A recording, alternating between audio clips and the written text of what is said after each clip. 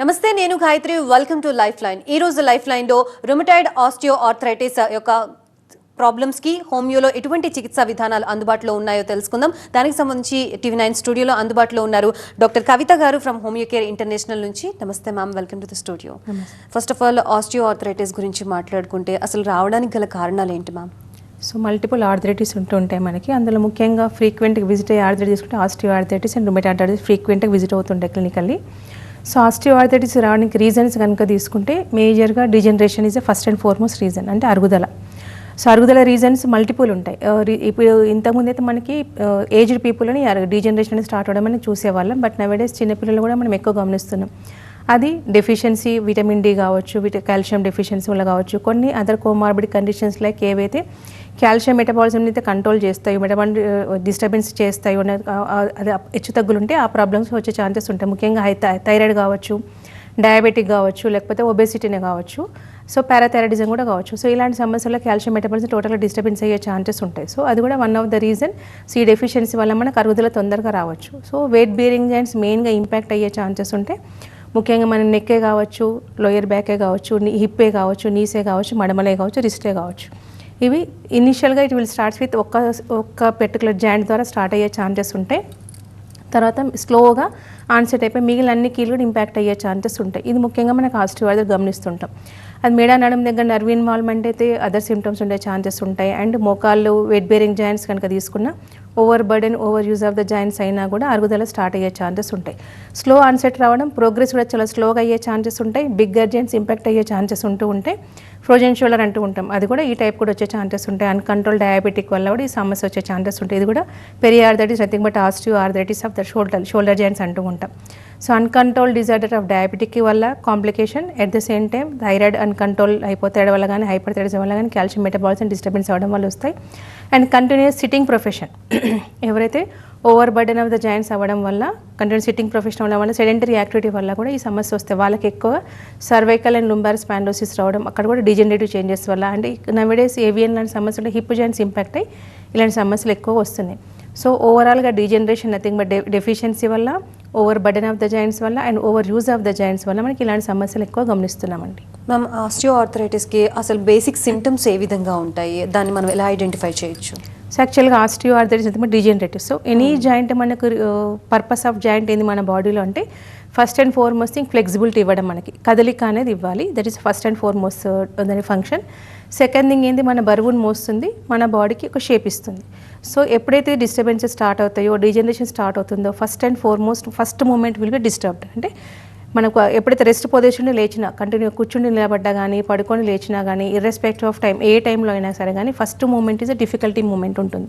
So stiffness రావడం, అది హిప్పే కావచ్చు, నీ రిస్టే కావచ్చు, నీ నెక్కే కావచ్చు, నీ బ్యాకే కావచ్చు, నీ మడమనే కావచ్చు, మణికట్టే కావచ్చు. So first moment is the starting moment ఇబ్బంది గురయ్యే ఛాన్సెస్ ఉంటాయి. కొద్దిపాటి దూరం నడిచిన తర్వాత, అంటే ఒక 5 to 10 minutes వాక్ అయిన తర్వాత ఫ్లెక్సిబిలిటీ పెరిగి నార్మల్గా అయ్యే ఛాన్సెస్ ఉంటాయి. This is the first and foremost symptoms of any osteo arthritis, nothing but any degenerative changes in your joint. Second symptom ఇంకా దాన్ని మనం నెగ్లెక్ట్ చేస్తూ ఉంటే ఉన్న ఎఫెక్ట్ అయిన జాయింట్ని బట్టి మనకి ఇబ్బంది గురయ్యే ఛాన్సెస్ ఉంటాయి. కొంతమందికి వాపు రావడం, కొంతమంది వాపు లేకపోవడం, దెన్ మజిల్ ఇన్వాల్వ్మెంట్ స్టార్ట్ అయిపోవడం వల్ల మూమెంట్ ఇబ్బంది అయ్యే ఛాన్సెస్ ఉంటాయి. సో ఎక్స్టెన్షన్ మూమెంట్ కానీ, ఫ్లెక్షన్ మూమెంట్ కానీ, రొటేషన్ మూమెంట్ కానీ, restricted moment in all directions అయ్యే అవకాశం ఉంటాయి. నెక్ అయితేనేమో ఫార్వర్డ్ బెండింగ్ కానీ, బ్యాక్వర్డ్ బెండింగ్ కానీ, ఫ్లెక్షన్, ఎక్స్టెన్షన్, రొటేషన్ రిస్ట్రిక్షన్ అవ్వడంతో పాటు పెయిన్ఫుల్ మూమెంట్ అయ్యే ఛాన్సెస్ ఉంటాయి. గిడ్డినెస్ కూడా వచ్చే అవకాశం ఉంటాయి. నడమైతేనేమో టోటల్ బాడీ తిప్పాల్సిన అవకాశాలు ఉంటుంటాయి. సివియర్గా స్టిఫ్నెస్ అయ్యే ఛాన్సెస్ ఉంటాయి. సిమిలర్ థింగ్ హిప్ అయినా అంతే, అండ్ లోయర్ బ్యాక్ అయినా మనకు అదే సిమ్టమ్స్ అయ్యే ఛాన్సెస్ ఉంటాయి. సేమ్ థింగ్ మన grade 1, grade 2, grade 3, grade 4 stages కనుక తీసుకుంటే, నీ జాయింట్స్లో అయితే గ్రేడ్ 1 అయితే కొంచెం కింద కూర్చోలేము, మెట్లకి దిగలేని పరిస్థితి, that is stage of grade 1 symptom. Second grade కనుక తీసుకుంటే ఎక్కువ దూరం నడిస్తే వాళ్ళకి ఇబ్బంది గురయ్యే ఛాన్సెస్ ఉంటాయి. That is second grade OA changes of knee joint symptoms. Third grade కనుక తీసుకుంటే కొంచెం దూరం నడిచినా they feel pain. And fourth grade symptom even rest also they feel pain. కూర్చున్నా, నిలబడ్డా, any movement they feel pain. That is purely surgical stage in 4th grade. ఈ 3 స్టేజెస్లో మనకి రివర్స్ అయ్యే ఛాన్సెస్ ఉంటాయి. So stiffness, restricted moment, painful moment, ఎక్కువ దూరం నడవలేని పరిస్థితి, బర్డెన్ అయినప్పుడు అంటే మెట్లకి దిగినా కానీ, కింద కూర్చుని పైకి లేసినా కానీ సివియర్గా పెయిన్ రావడం గమనిస్తుంటాం. ఇది జాయింట్ ఇన్వాల్వ్మెంట్ అయినంత వరకు. వేరాజ్ in case of nerve involvement అయిందనుకోండి, సర్వైకల్ అండ్ లుంబార్ రీజన్లో అండ్ చేతులు లాగడం కానీ, తిమ్మిరి రావడం కానీ, గ్రిప్ లాస్ కావడం, అంటే మజిల్ ఇన్వాల్వ్మెంట్ రావడం వల్ల చేతిలో పట్టుతం తప్పిపోవడం, కింద వస్తువులు పడేయడం, ఇది మనకు సర్వైకల్ అయితే. లుంబార్ అయితేనేమో కాళ్ళు లాగడం, సయాటికా ప్రాబ్లం రావడం, ఫోల్డింగ్ ఇబ్బంది అవ్వడం, ఒక 10 నిమిషాలు కానీ 5 నిమిషాలు నిలబడలేని పరిస్థితి, కొంతమంది కూర్చున్న ఇబ్బంది, కొంతమంది నిలబడ్డ ఇబ్బంది, కొంతమంది మోషన్ వెళ్ళినా కూడా సివియర్గా పెయిన్ వచ్చే ఛాన్సెస్ ఉంటాయి, లోయర్ బ్యాక్ పెయిన్ వచ్చే అవకాశాలు ఎక్కువగా ఉంటాయి. సో ఇంపాక్ట్ అయిన జాయింట్ని బట్టి మనకి సిమ్టమ్స్ గమనించే అవకాశాలు ఉంటాయండి. అండ్ డాక్టర్ గారు, ప్రీవియస్గా ఉన్నప్పుడు మనం ఏజ్డ్ వాళ్ళని ఎక్కువగా చూసేవాళ్ళం. అండ్ నవే డేస్ ఎర్లీ స్టేజెస్లోనే ఎర్లీ ఏజ్ గ్రూప్ వాళ్ళకి కూడా మనం ఇది కనిపిస్తుంది మనకి. అసలు ఎందుకు, రీజన్స్ ఏంటి, ఎర్లీ ఏజ్లో రావడానికి గల రీజన్స్ ఏంటి? యాక్చువల్గా ఓన్లీ ఇంతకంటే హెల్దీ డైటరీ హ్యాబిట్స్ ఉండేవి అండ్ మెటబాలిక్ డిజార్డర్స్ ఏం లేకుండా హెల్దీ లైఫ్ స్టైల్ ఉండే అవకాశాలు ఎక్కువగా ఉండేవి. But nowadays sedentary activity and sun exposure తప్పడం, obesity, vitamin deficiency and other comorbid conditions, ముఖ్యంగా థైరాయిడ్ లాంటిది కానీ, పీసీఓడి లాంటి సమస్యలు కానీ, అండ్ డయాబెటిక్ సమస్యలు కానీ ఇంతకుముందు ఒక 40 or 50 years రాసేవాళ్ళు గమనించేవాళ్ళం. బట్ నవేడేస్ 20+, 30+, 25+ అండ్ ఎర్లీ పిల్లలకి మనకి ఎక్కువగా చూస్తున్నాం కాబట్టి, సో ఇండైరెక్ట్గా మనకి డెఫిషియన్సీతో పాటు సెడెంటరీ యాక్టివిటీతో పాటు ఇలాంటి ట్రిగ్గరింగ్ ఫ్యాక్టర్స్ మనకు బాడీలో మెటబాలిజం డిస్టర్బ్ చేస్తున్నాయి కాబట్టి ఇలాంటి సిమ్టమ్స్ మనం ఎక్కువ గమనిస్తున్నాం. వీటన్నిటితో వాళ్ళ లైఫ్ స్టైల్ ప్యాటర్న్లో, సో అంటే ఫిజికల్ ఇన్యాక్టివిటీతో పాటు at the same time over burden అవ్వడంతో పాటు మనకున్న అలవాట్లు ఉంటాయి. క్రానిక్ స్మోకింగ్ కానీ, డ్రింకింగ్ కానీ ఎర్లీ ఏజ్లోనే రావడం, స్ట్రెస్ ఫ్యాక్టర్స్ ఎక్కువ అవడం. సో ఇంతకుముందు అంటే మనకు కెరీర్ ఓరియంటెడ్ అనేది ఎక్కువ లేకుండా 30+ తర్వాత కెరీర్ ఓరియంటెడ్ ఎక్కువ ఆలోచించబట్టి నవేడేస్ స్ట్రెస్ ఈ starting with the school it self. So and weight lifting అనేది ఎక్కువ ఉండడం, కంటిన్యూస్ ఇంత స్కూల్లో కానీ ప్రతి ఒక్క యాక్టివిటీ ఉండేది. సో స్టడీస్తో పాటు స్ట్రెస్ లేకుండా ఫిజికల్ యాక్టివిటీ కూడా ఉండేది. But nowadays only mental exertion తప్ప physical inactivities one of the reason. And quality of food లేదు. సో అది కూడా one of these 3 are the basic reasons early చైల్డ్హుడ్లో రావడం కానీ, లేకపోతే ప్యూబర్టీ ఏజ్ గ్రూప్లో కానీ, 20+ ఏజ్ గ్రూప్లో రావడానికి main reasons. So stress with physical inactivity ఇవి మేజర్ కన్సర్న్స్ మనము ఎర్లీగా రావడానికి రీజన్ చెప్తామండి. అండ్ ఈ ప్రాబ్లమ్కి హోమియోలో ఎటువంటి ట్రీట్మెంట్స్ అవైలబుల్గా ఉన్నాయి?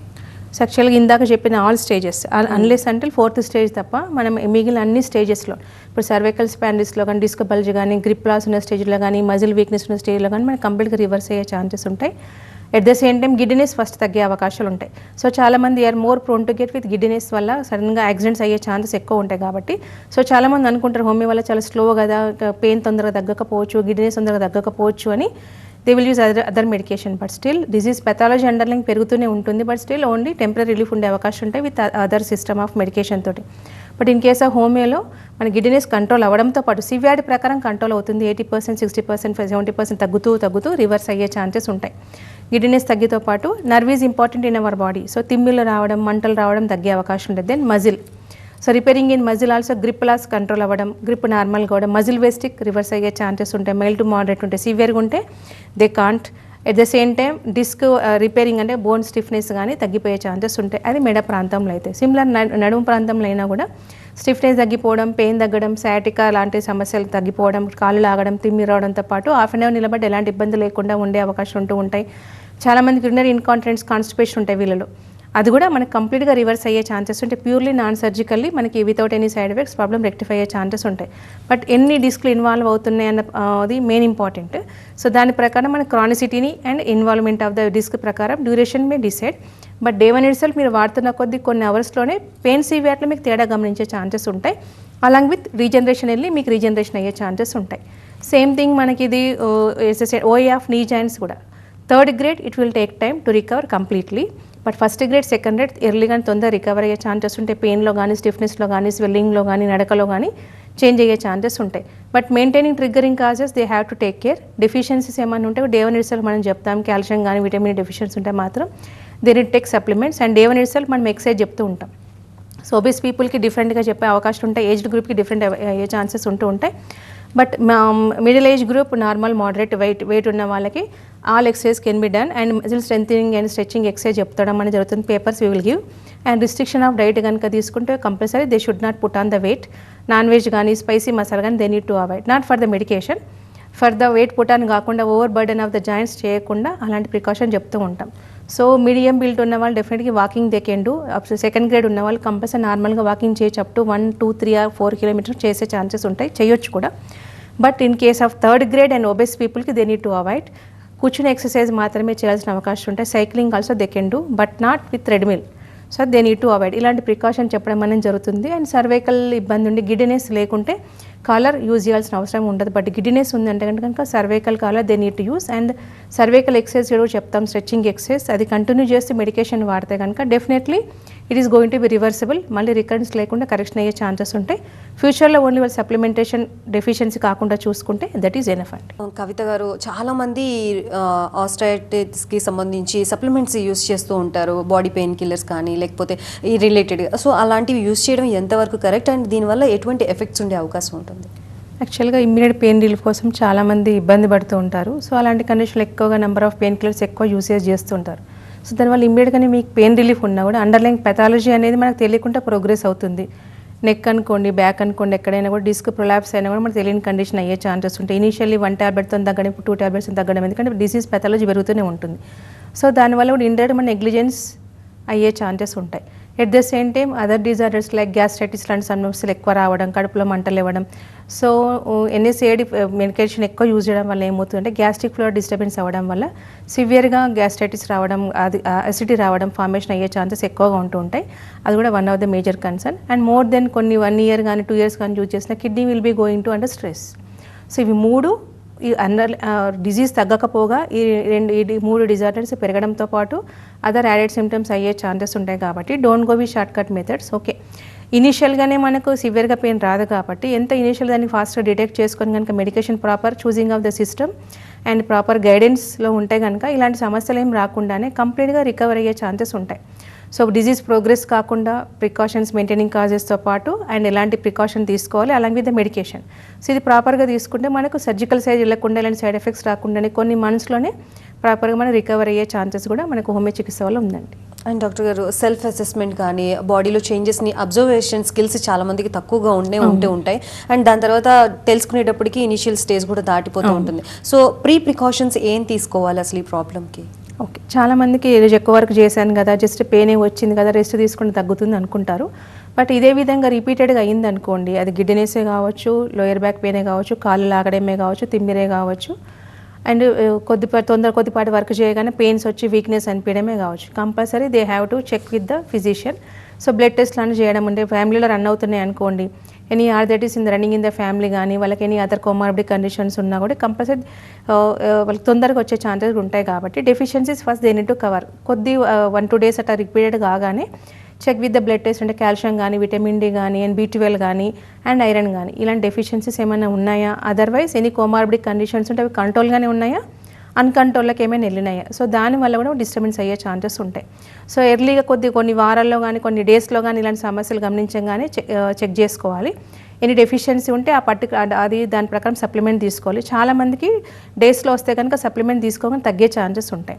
బట్ ఆ పర్టికులర్ ఎక్స్రేస్ ఆల్సో, ఇప్పుడు సివియర్గా పెయిన్ వస్తుంది, కొంతమంది సడన్గా వచ్చే ఛాన్సెస్ ఉంటాయి, స్లోగా వచ్చాయని అంటాను కదా ఆస్టియోఆర్థరైటిస్ కాబట్టి సడన్గా కూడా వచ్చే అవకాశం ఉంటుంది. అలాంటి వాళ్ళు ఆ పర్టికులర్ జాయింట్ ఎక్స్రే కానీ, MRI కానీ, CT కానీ తీయించుకుంటే ఏమవుతుందంటే ఏదో సాఫ్ట్ టిష్యూ డ్యామేజ్ ఉందా, లేకపోతే ఎనీ ఫ్లూయిడ్ అక్యుములేషన్ ఉందా, లేకపోతే ఎనీ OA చేంజెస్ అని grade 1 to 3rd స్టేజ్లో ఉందా, అండ్ పెరియార్థరైటిస్ అయితే కనుక ఫ్రోజన్ షోల్డర్ ఏ స్టేజ్లో ఉంది కూడా తెలుసుకునే పాసిబిలిటీస్ ఉంటాయి. సో అలా డిస్టర్బెన్సెస్ ఇన్ ద లైఫ్ లేకుండా క్వాలిటీ ఆఫ్ లైఫ్ తొందరగా ఇంప్రూవ్ అయ్యే ఛాన్సెస్ ఉంటాయి. What going in their body అనేది అబ్జర్వ్ చేస్తే కనుక నెగ్లెక్ట్ చేయకుండా రికవరీ కూడా ఫాస్ట్గా వెళ్ళే ఛాన్సెస్ ఉంటాయి. అంత ఇబ్బంది పడకుండా కొన్ని సంవత్సరాలు అనేది మెడికేషన్ అవసరం లేకుండానే, సర్జికల్ ఇంపాక్ట్ లేకుండానే రికవరీ చేసుకోవచ్చండి.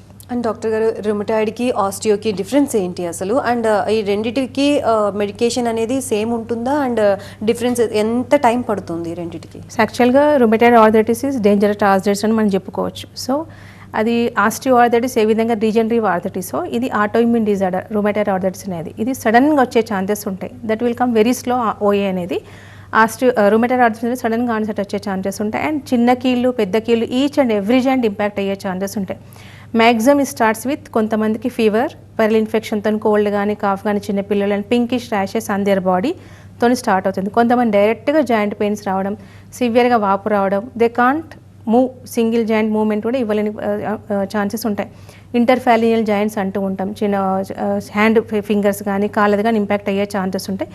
చాలామందికి రిస్ట్తో పాటు యాంకిల్ జాయింట్స్ ఎఫెక్ట్ అవుతూ ఉంటాయి.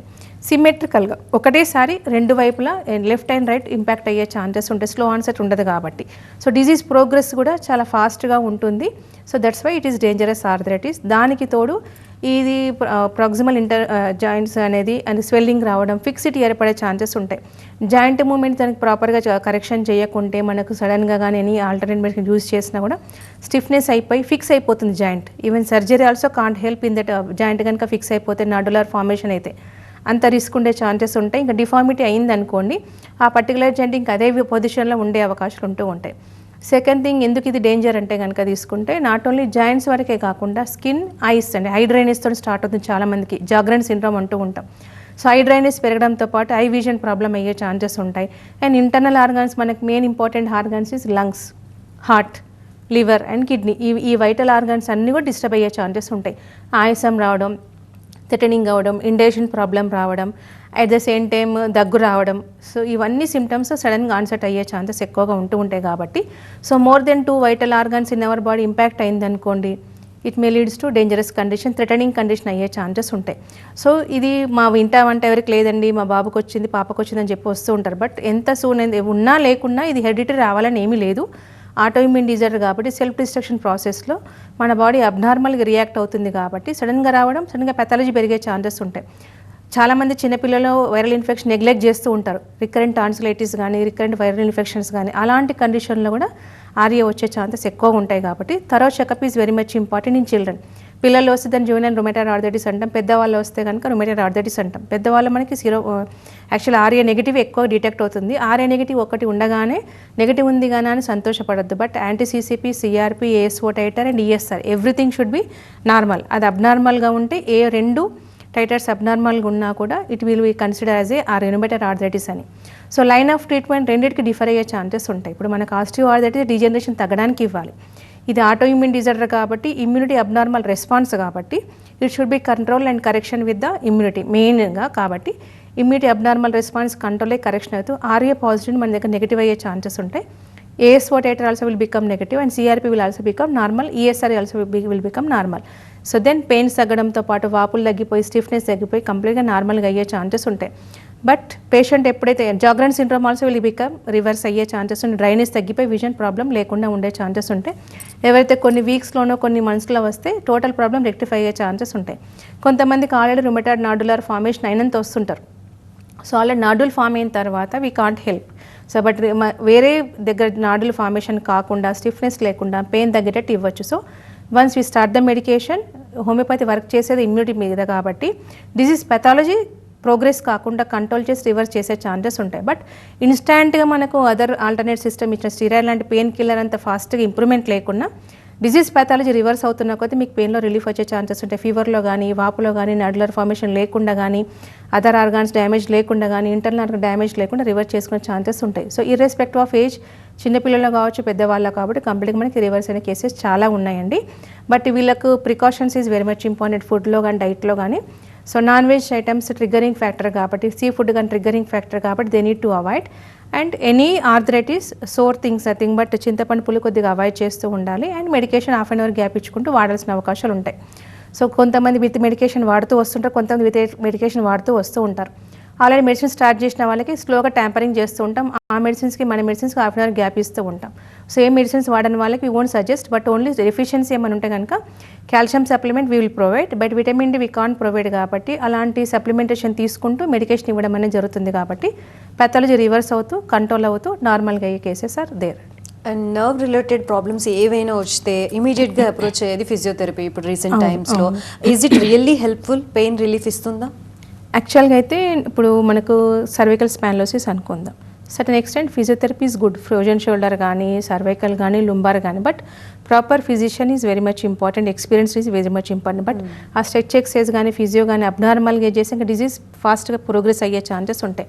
But in case of giddiness ఉందనుకోండి, we won't suggest for the cervical spondylosis ఉన్న వాళ్ళకి, కళ్ళు తిరిగే ఉన్న వాళ్ళు అనుకోండి, వాళ్ళు ఎలాంటి ఎక్సైజ్ కానీ, ఫిజియోథెరపీ కూడా they need to avoid. But normal stretch exercise, లుంబార్లో L1, L4, L5 కానీ డిస్క్ బల్జ్ పొజిషన్లో దే కెన్. అట్లాంటి వెయిట్ లిఫ్టింగ్ లాంటివి చేయకూడదు. సో నార్మల్ వాకింగ్ కానీ చేయడంతో పాటు సైక్లింగ్ చేసుకుంటూ ఇలాంటి ఎక్సర్సైజ్ చేయొచ్చు. బట్ సో ఎక్స్పీరియన్స్డ్ ఫిజియోథెరపిస్ట్ దగ్గర ఉంటే need not worry, know the రిపోర్ట్ని బట్టి వాళ్ళకి ఎక్కడ ఇబ్బంది ఉందో దాని ప్రకారం చేసుకునే ఛాన్సెస్ ఉంటాయి. Physio will help certain extent, అంటే కొంచెం స్టిఫ్నెస్ తగ్గడానికి, మజిల్ రిలాక్స్ అవుతుందిగా వర్కౌట్ అయ్యే ఛాన్సెస్ ఉంటాయి, బట్ నాట్ పెథాలజీ రివర్స్కి. సో సపోర్ట్ తీసుకోవచ్చు, బట్ కంప్లీట్ రికవరీ ఫిజియోతో పాసిబుల్ కాకపోవచ్చు. సో మీకు ఎవరికి ఫిజియో ఈజ్ ఇంపార్టెంట్, ఎవరికి ఫిజియో అవసరం లేదని మనం ఏమైనా కూడా చెప్పే అవకాశాలు ఉంటూ ఉంటాయి. సో మెడికేషన్తో పాటు అది కొద్దిమందికి అవసరం ఉంటే తీసుకుంటే ఇంకా ఫాస్ట్గా కూడా రికవర్ అయ్యే ఛాన్సెస్ ఉంటాయి. అదర్వైజ్ అవసరం లేకుంటే అవసరం లేదని కూడా చెప్పడం అనేది జరుగుతుందండి. అండ్ డాక్టర్ గారు, రీసెంట్ టైమ్స్లో everybody is focusing on life style changes. So ఏ type of life style changes కనుక మనం ఫాలో అయితే బెస్ట్ అంటారు? యాక్చువల్గా మేజర్గా మనకు ట్రిగ్గరింగ్ ఫ్యాక్టర్స్ ఇస్ డెఫిషియన్సీ ఒకటి, ఒబెసిటీ ఒకటి, అండ్ స్ట్రెస్ ఒకటి. సో మనకు లైఫ్ స్టైల్ ప్యాటర్న్లో కనుక నాన్ వెజ్ కానీ అంటే weight we have to maintain according to our age and height. అది మీకు సర్టన్ ఎక్స్టెంట్ మెయింటైన్ చేసిన బార్డర్ లైన్ ఒబేసి ఉన్నా కానీ ఇబ్బంది లేకుండా ఉండొచ్చు, ఓవర్ బర్డన్ లేకుండా చూసుకునే ఛాన్సెస్ ఉంటే we have to maintain that. దానికి తోడు walking is very much important. And stress relaxation, stress లేని వాళ్ళు ఎవరుండో, everyone will have stress, but we have to control those stress with yoga కానీ లేకపోతే సూర్య నమస్కారాలు చేయడం వల్ల అయితే రిలాక్స్ అయ్యే ఛాన్సెస్ ఎక్కువగా ఉంటూ ఉంటాయి. And deficiencies we have to control with the supplementation ఎర్లీగానే తీసుకుంది. ఎందుకంటే నవడేస్ మామూలుగా మనకు నైట్ షిఫ్ట్లో కానీ వర్క్ చేసే వాళ్ళకి they won't expose to the sun also. అది విటమిన్ డెఫిషియన్సీ ఎక్కువ ఉండడం కాబట్టి కంటిన్యూస్ సిట్టింగ్ను they need to avoid. Continuous sitting ఉన్నా కూడా స్ట్రెచ్ ఎక్సర్సైజ్ నెక్కే కావచ్చు లేకపోతే బ్యాకే కావచ్చు, ఒక ఎవ్రీ 15 minutes కానీ హాఫ్ అన్ అవర్ కానీ దే మీకు మూవ్మెంట్ అని చేయడం వల్ల ఏమవుతుంటే ఓవర్ బర్డన్ అనేది లేకుండా ఉండే ఛాన్సెస్ ఉంటాయి, ఫ్లెక్సిబిలిటీ పెరిగే ఛాన్సెస్ ఉంటాయి. ఇలాంటి ప్రికాషన్ తీసుకోవాలి. దానికి తోడు మనకు smoking they should be quit, compulsory quit చేయాల్సిన అవకాశం ఉంటాయి. డ్రింకింగ్ ఆల్సో ఇండైరెక్ట్గా మనకు liver is undergoing to be issue. Gastric ట్రబుల్స్తో పాటు ఫ్యాటీ డిపాజిట్స్ ఎక్కువ పెరిగే ఛాన్సెస్ ఉంటాయి. ఇండైరెక్ట్గా మనకు ఒబెసిటీ గెయిన్ అయ్యే ఛాన్సెస్ ఉంటాయి. ఇది they need to avoid. Protein rich diet they have to continue, they need to avoid the fat rich food. Avoid చేస్తే కనుక లైఫ్ స్టైల్ ప్యాటర్న్ ఈ ప్రాబ్లం రాకుండా కూడా చూసుకోవచ్చు, వచ్చే తొందరగా రికవరీ చేసుకునే పాసిబిలిటీస్ ఉంటాయండి. Right, thank you so much doctor Kavitha garu for being here and explaining about all these things once again. Thank you so much. So చూసారు కదా, ఇది ఇవాల్టి లైఫ్ లైన్. మరొక లైఫ్ లైన్లో మళ్ళీ కలుద్దాం. అప్పటి వరకు చూస్తూనే ఉండండి TV9.